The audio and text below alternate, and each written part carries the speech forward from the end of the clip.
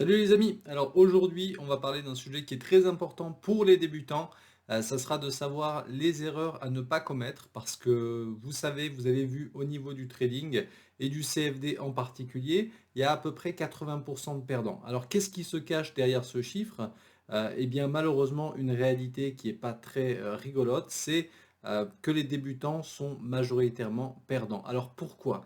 Parce qu'ils vont tomber dans de nombreux pièges, y compris au niveau du marketing, c'est-à-dire ce qu'ils vont croire sur le trading, que ça peut permettre de devenir riche très facilement, très rapidement, alors que bien évidemment c'est faux. Si le trading pouvait vous permettre très facilement et très rapidement de devenir riche, c'est très simple, tout le monde devrait se ruer dessus et ça se saurait, je pense, depuis le temps, tout le monde serait déjà devenu riche et en aurait parlé et refilé la technique aux autres et ainsi de suite. Donc non, le trading ne vous permettra pas de devenir riche très rapidement et très facilement. Le trading, c'est beaucoup de pratique. On l'a dit dans les autres vidéos, mais ça demande énormément de rigueur, énormément de travail. Et donc, je vais vous dire dans cette vidéo dans quel piège absolument il ne faut pas tomber si vous êtes débutant et les erreurs principales à éviter. En tant qu'ancien broker, c'est ça l'avantage, c'est que j'ai eu des milliers de clients de tout profil différent, de tout secteur, de tout métier différent, de n'importe quel capital du plus bas au plus élevé, et de l'aversion au risque, pareil, du gambler, du joueur aux personnes pères de famille qui a envie de se mettre en sécurité au niveau de ses investissements. Alors, dans quel piège est-ce que vont tomber bien souvent les débutants qui vont vouloir faire du trading? Eh bien, je dirais que la plus répandue, ça va être déjà de ne pas maîtriser la plateforme et de ne pas maîtriser ce qu'on appelle l'exposition. Alors, qu'est-ce que c'est que l'exposition?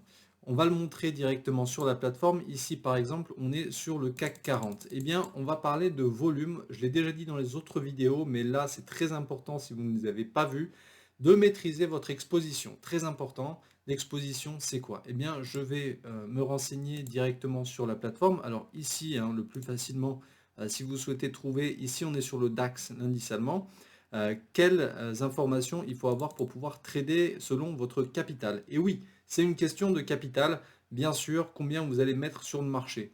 Vous voyez que la marge, c'est ça le plus important, ça va déterminer ce qui va sortir de votre poche pour rentrer directement sur le marché si maintenant je veux acheter du DAX 30. Alors, on voit qu'il y a le volume et la marge. La marge, on vient de dire ce que c'est ce qui va sortir pour aller directement sur le marché à l'achat ou à la vente. Et le volume, si je le fais bouger, on voit que ça fait bouger la marge.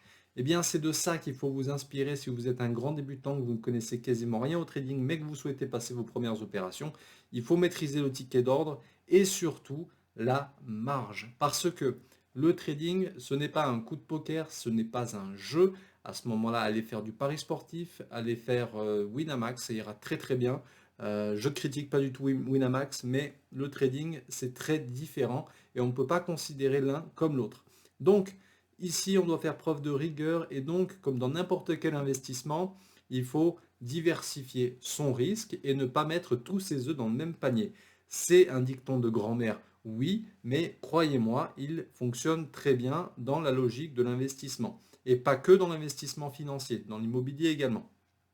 Donc, vous allez jouer avec le volume et voir la marge selon le niveau où elle est par rapport à votre capital. En toute logique, vous ne devriez jamais faire d'investissement où la marge est supérieure à 10% de votre capital. Si vous faites du swing trading, c'est-à-dire de l'horizon long terme d'investissement, c'est même moins de 5%. La marge doit représenter moins de 5% de votre capital. Ça, c'est la première erreur que font les débutants, c'est de ne pas gérer leur exposition, de considérer que c'est comme au poker, on peut faire un all-in. Et donc, on va avoir ici, par exemple, j'ai 3 700 € sur le compte, eh bien, on s'en fiche. Si je vois qu'il y a une opportunité, je vais pouvoir mettre 3 000 € sur une seule position. Donc, c'est comme si je faisais ça. On va monter jusqu'à 3 000 €. Voilà, on est quasiment sur 2 mini-lots, 3 295 € de marge. Regardez la valeur de points. Sachant que sur le DAX, ça peut facilement bouger de 100, 200, voire 300 points dans la journée, s'il y a de la volatilité, bien sûr. 5 € le point, imaginez du coup la perte potentielle si le marché décroche de 100 points ou prend 100 points et que vous êtes dans le mauvais sens, c'est du suicide. Donc, Être surexposé d'une manière générale au niveau de vos investissements, ça marche aussi hein, en parlant des actions par exemple, c'est du suicide et c'est ce qui va vous faire perdre très vite et sans que vous ayez le temps même de réaliser ce qui se passe. Donc première erreur à éviter absolument, la surexposition et d'une manière générale ne pas maîtriser le ticket d'ordre et combien vous investissez par rapport à votre capital. N'oubliez pas que le trader, c'est pas quelqu'un qui gagne à tous les coups, c'est quelqu'un qui, à la fin de l'année, est rentable. Il a gagné plus qu'il a perdu et avec son pourcentage de rentabilité, c'est plus élevé qu'un livret A, c'est plus élevé qu'une assurance vie. Sinon, évidemment, ça ne sert pas à grand-chose.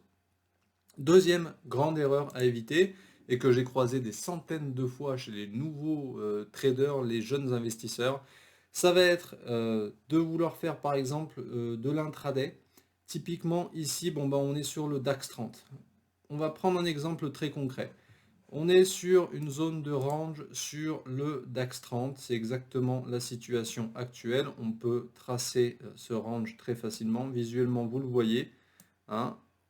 Le premier range est ici avec bien sûr deux niveaux de résistance ici. Eh bien, la technique, ça va être celle-là. La grosse erreur que vont faire les débutants, c'est de se dire, par exemple, je vais vendre ici, mais le cours va monter. Le jeune trader, il va se dire, c'est pas grave, je vais attendre. Ensuite, mettons que je sois vendeur ici, hein, par exemple. Point d'entrée, juste avant cette bougie verte que vous voyez là. Hein, donc ça veut dire vers 13 140 points. Je suis vendeur, donc je pense que ça va descendre plutôt ici. Hein. Vous voyez qu'ici, il y a un beau support vers les 13 000. Je suis vendeur à 13 140 parce que je vise les 13 000. Le cours, il monte alors que je suis vendeur. Il monte ici jusqu'à 13 183. Le jeune trader va se dire, c'est pas grave, j'attends, ça va peut-être se retourner. Le cours ensuite il va grimper sur la prochaine résistance. Et la prochaine résistance c'est la 13 300. Je rappelle qu'on a vendu à 13 140. Le jeune trader va dire c'est pas grave, j'attends. Donc là la perte elle s'est creusée hein, entre temps évidemment. Et ainsi de suite. Le cours va encore monter sur son plus haut ici sur le DAX du 3 septembre. 13 000 quasiment 400 points. Le jeune trader va continuer, il va s'entêter et dire c'est pas grave, j'attends. Entre-temps, la perte va se creuser et va être tellement grande qu'elle va immobiliser une partie de plus en plus importante de votre capital et bientôt vous serez foutu, immobilisé et vous pourrez peut-être même plus trader parce que vous n'aurez plus de marge suffisante à côté pour pouvoir repasser un trade ou du moins repasser un trade qui sera intéressant financièrement pour vous en termes de valeur de points. Donc, la deuxième erreur dans laquelle ne tombez absolument pas si vous êtes débutant, c'est celle-ci, de laisser courir vos pertes. J'ai vu bien trop souvent des investisseurs, pas forcément jeunes, hein, mais avec peu d'expérience, qui ont perdu la moitié, voire les trois quarts de leur capital, simplement parce qu'ils ont laissé courir une perte ou parce qu'après ils l'ont oublié. Donc, ça nous amène à la troisième erreur qui est très répandue. Peut-être que vous savez gérer votre exposition, ok, parfait. Peut-être que vous savez qu'il faut couper ses pertes à partir d'un certain seuil, parfait, ok, bravo. La troisième grande erreur que vous allez faire certainement, ça va être d'oublier vos trades et de ne pas mettre de stop loss. Alors si vous faites du scalping, en théorie, vous êtes quand même devant la plateforme en permanence. Vous allez shorter le marché sur quelques minutes, sur quelques secondes, il n'y a pas de problème. Par contre, si vous faites du day trading ou du swing trading, vous ne serez pas là le soir. Vous allez travailler, vous allez sortir, vous avez une vie. Vous allez dormir la nuit. Vous ne savez pas ce qui se passe. Et à ce moment-là, si vous avez très peu d'expérience, ce que vous allez faire, c'est oublier de mettre un stop loss. Et là, ça peut très très mal se passer. C'est ça, la troisième grosse erreur qui est très répandue. Parce que vous ne savez pas ce qui peut se passer sur les marchés et ça peut aller très très vite. Si c'est en gain, tant mieux. Mais si c'est en perte, ça peut donner exactement le même résultat que la deuxième erreur. C'est-à-dire, votre perte va atteindre 10%, 20%, 30%, bientôt peut-être 40% de votre capital au total et bientôt vous serez foutu, vous ne pourrez plus rien faire. Donc, si vous êtes trader, mettez un stop loss et surtout acceptez de perdre. Si vous êtes dans le mauvais sens, ça arrive. Un trader, c'est quelqu'un qui doit accepter de perdre. Et la gestion des pertes, c'est bien souvent ce qui fera que vous serez un trader rentable ou pas.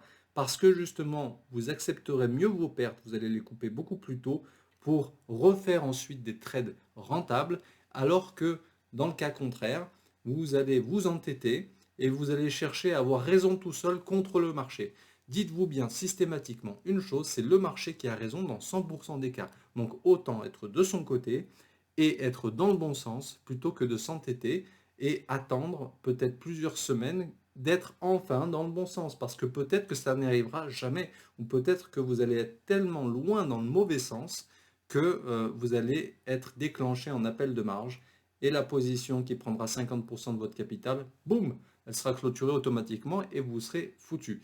Voilà, ça c'est les grandes erreurs qui sont très répandues chez les débutants. Une autre consiste bien évidemment à ne pas faire attention que les actifs ont des valeurs de points et des marges différentes.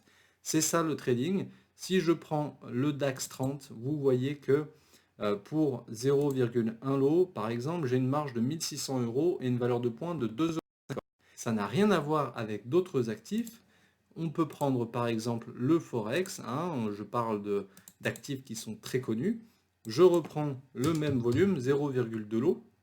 Et cette fois-ci, on voit que c'est 666 euros de marge et seulement 1,69 € de valeur de pipe. Vous voyez que c'est très différent. C'est pour cela qu'il faut absolument gérer votre capital et votre exposition. On en revient toujours aux fondamentaux. Et regardez aussi la valeur du pipe. Parfois, vous allez voir un énorme écart entre la marge et la valeur de pipe. D'autres fois, pour une marge identique, vous allez avoir une valeur du pipe qui sera très élevée. Sur les matières premières, par exemple, c'est pour ça que moi, je m'y intéresse beaucoup. Mais il faut, et que je les traite beaucoup, mais il faut vraiment faire attention à la valeur de points parce que si vous gérez mal votre point d'entrée et que vous fixez mal vos objectifs gain-perte, même une petite perte finalement pourrait être totalement disproportionnée si vous ne l'avez pas bien calculé par rapport à la valeur de pipe. Alors comparez bien les actifs entre eux en fonction de ce qui vous intéresse ou de ce qui ne vous intéresse pas, votre capital et surtout, et ça sera l'objet d'une autre vidéo, dans votre plan de trading, calculez bien votre point d'entrée, objectif gain, objectif perte. Et là, vous n'aurez pas de problème si vous êtes trader débutant. Appliquez simplement ces quelques règles de base et vous n'aurez jamais de problème. Voilà, retenez bien ça et on ira plus loin dans d'autres vidéos. Bye bye.